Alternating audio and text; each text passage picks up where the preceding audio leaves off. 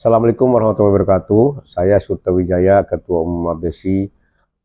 Pada hari ini kita membuat Silatnas 2023 di sekitar Gelora Bung Karno, bahwa di mana Silatnas ini adalah pertama memperkuat ukhuwah silaturahmi para semua organisasi desa dalam rangka adalah menyatukan visi misi untuk desa se-Indonesia ke depan dalam bentuk bicara percepatan pembangunan desa, berbicara hal-hal yang menyangkut regulasi desa. Alhamdulillah tadi hadir beberapa petinggi negara, ada Pak Yusron, Pak Yusril, dari Ketua Komite DPD RI, ada beberapa yang lainnya yang tokoh-tokoh dianggap berkompeten, termasuk tadi ada juga bakal calon wakil presiden, Mas Gibran.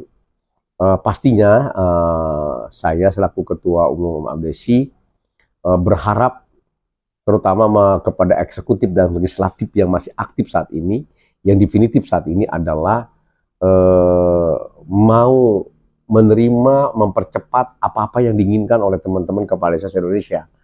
Di antaranya adalah masa penambahan jabatan kepala desa yang tadinya 6 tahun 3 periode, berharap keinginan teman-teman 9 tahun 2 periode, atau paling tidak 8 tahun 2 periode berlaku kepada teman-teman yang masih aktif ketika itu diperundangkan, walaupun undang tidak berlaku surut, bisa menyesuaikan. Yang kedua, bahwa di mana dana desa dari 70% diatur oleh pusat, sekarang 30%, berharap ke depan 2024 maka dana desa adalah 70% diatur oleh desa dan diatur 30% oleh pusat. Yang ketiga, menyangkut termasuk BUMDes, saya sampaikan tadi, bahwa di mana produk-produk BUMN harus masuk BUMDes. Kalau emang ini serius, pemerintah, negara mau membuat percepatan pembangunan desa, maka badan usaha milik desa itu yang harus diutamakan prioritas, agar potensi-potensi sumber daya alam yang ada di desa dan potensi sumber daya manusia yang ada di desa bisa digunakan dan bisa menggali potensi sumber daya alam sehingga income per kapita desa akan lebih baik ke depan. Itu harapan kita. Dana desa berharap adalah tadi benar-benar diberikan hak prerogatif oleh pemerintah untuk mengatur dana desa dan dimulai dari Mustus dan Musdes. Itu harapan kita. Kemudian ke Pak Gibran, alhamdulillah dia bisa hadir di acara Silatnas. Kesempatan kami adalah menyampaikan ketika beliau terpilih menjadi wakil presiden, maka reakan-reakan kecil atau usulan-usulan yang disampaikan oleh teman-teman tadi menjadi sebuah sebuah masukan yang harus bisa nanti direalisasikan oleh beliau. Gitu. Sebenarnya kita bangga ada anak muda sudah berani maju berkompetisi di tingkat nasional dalam bentuk wakil presiden. Saya pikir ini adalah sebuah pijakan kita teman-teman, artinya udah ada sebuah pintu celah bahwa pemuda itu ke depan menjadi sebuah harapan bangsa, tulang punggung negara adalah bahwa di mana bukan pemimpin masa depan saja, tapi sekarang sudah dimulai.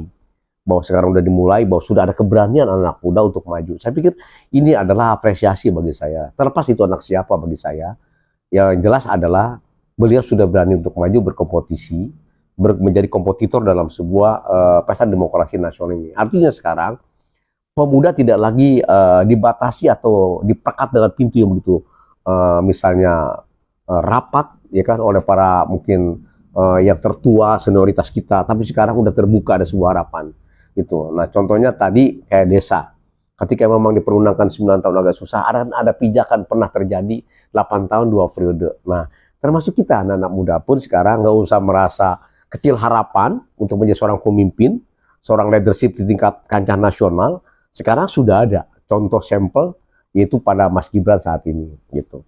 Yang jelas saya bangga kepada semua para kandidat Pilpres siapapun itu.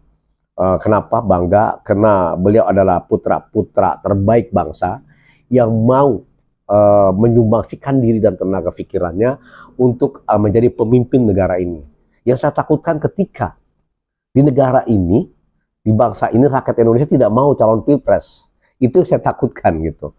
Nah, saya berdoa semuanya kepada para kandidat calon Pilpres dan wakil Pilpres, semoga Allah berikan kesehatan, panjang umur, kekuatan, urusan menang dan kalah itu adalah urusan Allah semata-mata, bukan urusan kita. Pastinya bicara sukses itu bukan menang dan kalah. Sukses itu aman, nyaman, damai.